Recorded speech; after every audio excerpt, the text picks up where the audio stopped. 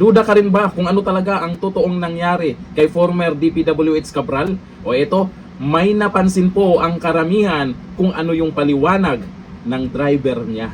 Pinaliwanag po kasi dito ng driver niya kung ano po yung mga ginawa nila, ano po yung nangyari, at kwento po niya dito. Pero maraming nakapansin dito sa driver na to. Maraming nagdududa, talaga namang bakit dyan pa sa madilim na lugar, walang CCTV. At dito sa kwento po ng driver na si Cardo Hernandez, ay na-interview po siya dito ng Billionaire News Channel. Mukhang may napansin din ako sa kanya eh. Hindi makatingin ng diretso, parang relax na relax lang pag nagpaliwanag, may nangyari na ngang ganyan.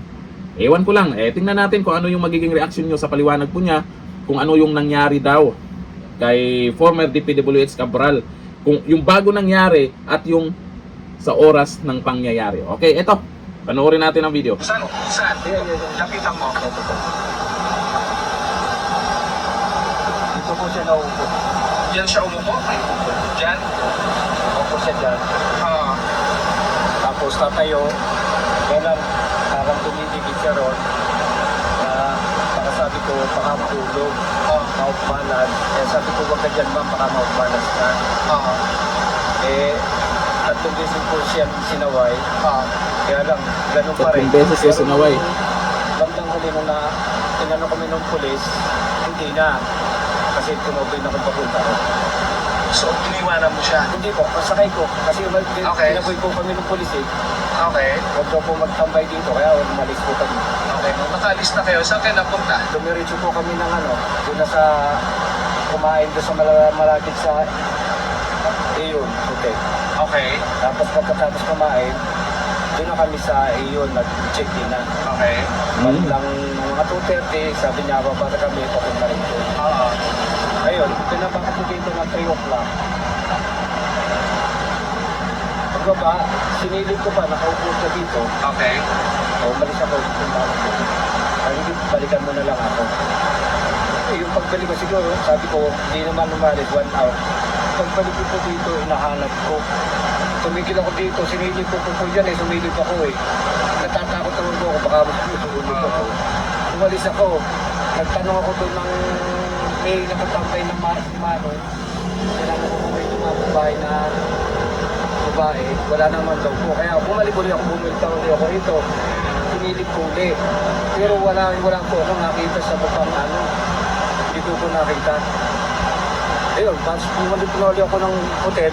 Tatanungin ko sa hotel kung pumunta. Anong oras yun? Ano na po yun? Pasado alas 5 na. Okay. Eh pagdating ko doon, wala pa daw po. Eh di bumalik ulit ako papunta rito. Sino yung tuloy papunta rito? Tinignan ko dito. Kasi sa baka ako nagtambay-tambay ng wala po. Doon ako nagpunta na ako sa pulis. Para magpatulong kasi wala po akong flashlight para makita yun po. Ayun ako, yung pagsilip dito balik namin. Tapos flashlight na natin. Kita ko sa buka. Yun yung kwento niya. Pero doon sa kwento niya, kung ikaw yung driver ni former DPWH Cabral, hayaan mo ba na ibaba dyan yung amo mo sa madilim na lugar, walang CCTV, dyan sa tabi ng kalsada, tapos iiwan mo? Nagpababa dyan, pwede namang nakapark lang sa malapit, iiwan mo. Tapos bumalik daw siya, wala, pumunta pa sa hotel. Wala ba siyang cellphone na kontakin yung amo niya kung makontak ba o hindi? Kasi kung hindi makontak, doon siya magduda kung ano bang nangyari. Tapos ewan ko lang ito lang naman ay kung ano lang naman po ang napansin po natin. Kasi pag nagkwento si Manong driver ay parang relax na relax lang. Relax lang po siya sa kwento niya. Depende po yan sa inyo kung naniniwala po kayo kung ano po yung kwento po ng driver, kung ano po yung nangyari. Doon kasi sa mga sinasabi niya na doon na sila galing, pinaalis ng pulis, nag-check-in na sa isang hotel. Ibig sabihin magpapahinga na doon, bumaba pa talaga para doon pa lang kasi na magpahatid sa iyo yung amo mo doon sa madilim na lugar, walang katao-tao. Magpababa doon, uupo sa gilid ng bangin. Hindi ka ba magdududa noon? Hindi ka ba mag-iisip na baka anong gawin ng amo ko dito? Bakit dito pa siya tatambay? tapos iiwanan. Naku po. Ewan ko lang ha, di ko lang po alam kung ano po talaga yung totoong nangyayari po dito. Pero sana naman ay may investigasyon po ang ating mga kapulisan para malaman kung ano talagang nangyari ngayon dito sa dating DPWH Undersecretary Maria Catalina Cabral, na kung saan alam naman po natin ang mga naging issue po ngayon. Maraming duda, marami po kasi talagang duda dito sa nangyari. Okay, magbasa po tayo ng komento kung anong masasabi nila dito sa paliwanag po ng driver. Ayon po dito kay Mars Bersa, napaka-unusual na yung mga actions ni Yusek, di na safe at magtaka ka na. Correct. Doon pa lang sa gusto magpakati doon sa madilim na lugar, sa gilid pa ng bangin. Bakit gustong pumunta sa madilim at di familiar na lugar? All the more sana na di siya iniwan at all eyes na sana si kuya. 'Di ba? Kasi yun nga lang 'di ba? Doon na sila galing. Sinita na nga ng pulis, pinaalis daw sila doon kasi bawal. Bumalik pa rin doon. Yun pa lang. Mapapaisip ka na kung ano baka anong gawin. Tapos iniwan pa. Ay, ewan ko lang hindi natin alam. Malay mo totoo yung kwento po ng driver, 'di ba? Sabi niya, Tuna Yarina, pang kindergarten ang kwento ni driver. Tingnan nyo, hindi sila naniniwala. Yun po, maraming nakapansin din sa kay Kuya Driver. Sabi ni Romel La Chica, alam na walang CCTV dyan, kaya dyan ginawa. Sabi ni Jose Aras, lights, camera, action. Ano kaya sa tingin nyo ang totoong nangyari dyan?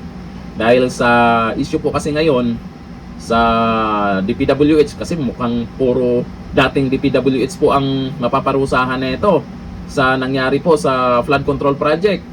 Dating DPWH, ewan lang natin kung may congressman na papapakulong dyan, abangan na lang natin kung mayroon talaga. Ang mga mapaparusahan talaga dyan, yung nasa baba, yung mga kontraktor. Yung ito, kagaya nito, dating DPWH, kasama na rin po sa mga inimbestigahan. Kaya siguro may mga kwento yan na hindi natin alam. May mga kwento yan na para malinis lang yung kanilang mga pangalan. Kung sino po yung pwedeng maging madamay dyan, baka may kilalang tao na banamay sa usapan. Ito lang naman ay mga duda, haka-haka na pwedeng mangyari talaga pagdating sa mga ganyang issue. Ikaw ba naman kung may mga sangkot na politiko dito sa maanumalyang flood control project? May mga malalaking pangalan na nababanggit na dyan. Kaya sana, itong iba na may alam sa nangyari po dito sa flood control projects na di umano ay maraming pumaldo, ay magsalita na. Sana sa mga susunod na araw ay meron pong update po ang ating kapulisan dyan. Meron silang ginawang investigasyon kung ano talaga yung totoong nangyari, kasi marami po talagang nagdududa. Ayan po, binalita po sa Billionaire News Channel, sa ibang media, nakakalat na rin po sa social media, pero yung mga nag-comment, karamihan duda talaga. Ikaw, naniniwala ka rin ba sa kwento ng driver na to? Comment down below. Hanggang dito na lang. Thank you. Bye-bye.